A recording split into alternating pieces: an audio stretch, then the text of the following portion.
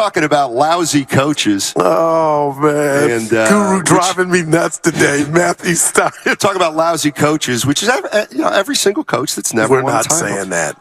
Austin in San Jose said something on YouTube that before you grab these calls, because I got a texter saying, "Goo, there's no pregnant pause there. Kyle, Kyle's a great coach. I just told you guys that. I've called him the boy genius, all that." This is what people mean by both ways. Okay, but no, here we go.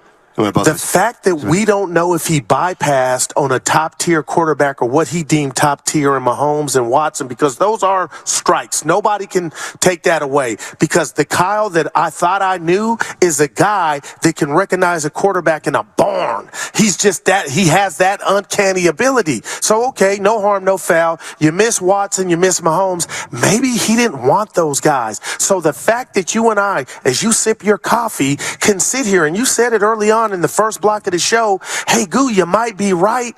That's a demerit to me, because Andy Reid or any other quarterback, Steiny, or a Don Nelson is not going to bypass a better player to do it with lesser. So that boils down to ego. And if it is, maybe he would have that ring already or multiple if he had a Patrick Mahomes. I think that's the valid thought. In the NFL moved up to get Mahomes. Like, why is Kyle, like, do you think in other markets the team, like those coaches are getting drilled?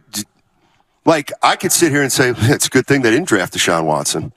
Well, I get that, but let's just say that hadn't happened to him. See, here's the problem. Here's the problem. In Houston, he was a bad dude. Here's the problem to me with your blanket statement. Back in the mid-'90s, you would have said, yes, Steiny, Jerry Sloan, can't get it done. They never won it. The Jazz never won it. Jerry Sloan couldn't get it done? Listen. Could Jerry Sloan, was he a good coach? Was he a great... But he couldn't get it done. But there was a reason. Why? Michael Jordan was the reason he couldn't get it done. Jerry Sloan so had presence. Jerry Sloan was one. I love that dude, okay? So I'm just telling you, I'm not that guy, Steiny. I can't say somebody's great and they not hoist up a trophy. But it's got to be a guy you like. No, it's a guy that, what's Kyle Shanahan's go-to? His reputation is he's a quarterback guru. Well, to me, and I thought he could recognize a quarterback in his sleep. So that's why I bring up the Mahomes, and I rebuke you saying, well, some other coaches bypassed on those guys. You're right, but I don't believe they had the reputation of a Jedi like I've bestowed on Kyle. I've done that. Why? Like, we've now watched Kyle Shanahan RG3 in Washington, Steiny. RG3 was Rookie of the Year. If I say to you, what do you think of when you think of Kyle? Right now, I don't care about Washington. You've now seen him up close for 6 years. And you just asked me, what do you think of when you think of Kyle Shanahan? I would say, there's something about his play calling that's really, obviously really good and different and scheme. I got something else for you. You wouldn't say, would you say quarterback Jedi? Yeah. You wouldn't say that now. Well, hold on. Before I would say that, I would tell you he can make the most out of nothing. And that's what he's done with Jimmy Garoppolo and almost reached the heights. Like, that's his claim to fame.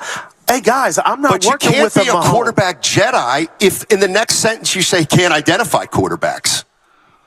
Like, I think that's fair. You bypass on he's not a quarterback Jedi. Yeah. I don't know what you mean by Jedi. Well, when you get under his tutelage, you're going to be the best version of yourself. Just like Brock Purdy and just like Jimmy Garoppolo was. Let's go out to some calls, man. Let's go to Connor in San Leandro. What's going on, Connor? How you doing, man? What's going on, everyone? Hey. Thanks for letting me call in. Steiny, you asked about what our thoughts are on Kyle. And just putting my cards on the table. I'm a huge Kyle Shanahan stan. Like, I love the guy. I think he's way more than a play caller. I think he teaches us about the right way to coach, to manage relationships, like you say, how to talk to the media. He's always like 2-3 steps ahead of folks. If it was me, I'd give him the key to every city in the Bay Area, make him coach for life. But the one thing that we know, and there's stuff that is rumored, and then there's stuff that we know. And the rumor is that he has in his contract a lot more personnel control than other teams grant their coaches. I guess he got him over from the Falcons, and he was given that extra level of personnel control for the next contract, whatever it is, for the next big chapter of his tenure here.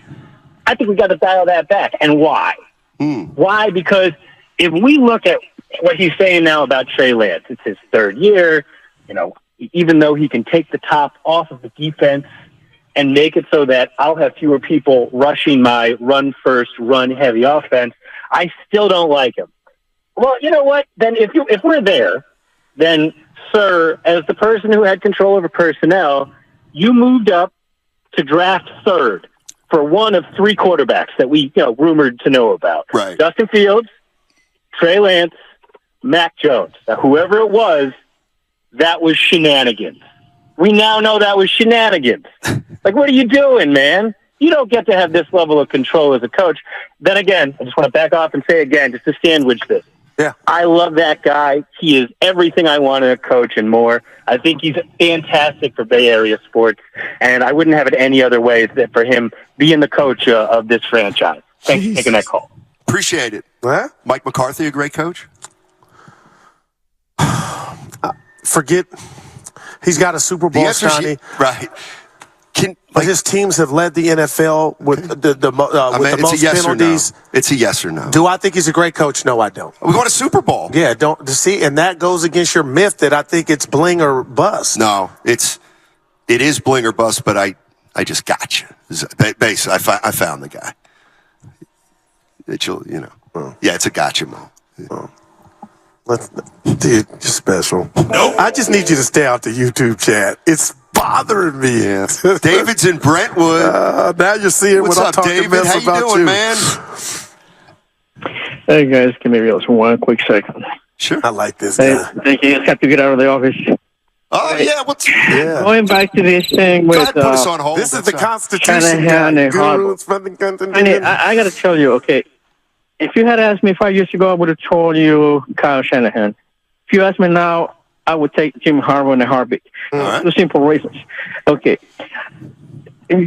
Kyle Shanahan keeps getting branded a quarterback guru. Okay. Quarterback guru, I would call that Jim Harbaugh. Look what he did with Colin Kaepernick. Okay. That's one part. The second part, Kyle Shanahan keeps getting on his own way of winning the Super Bowl. That's on him, his play calling, his conservative play calls.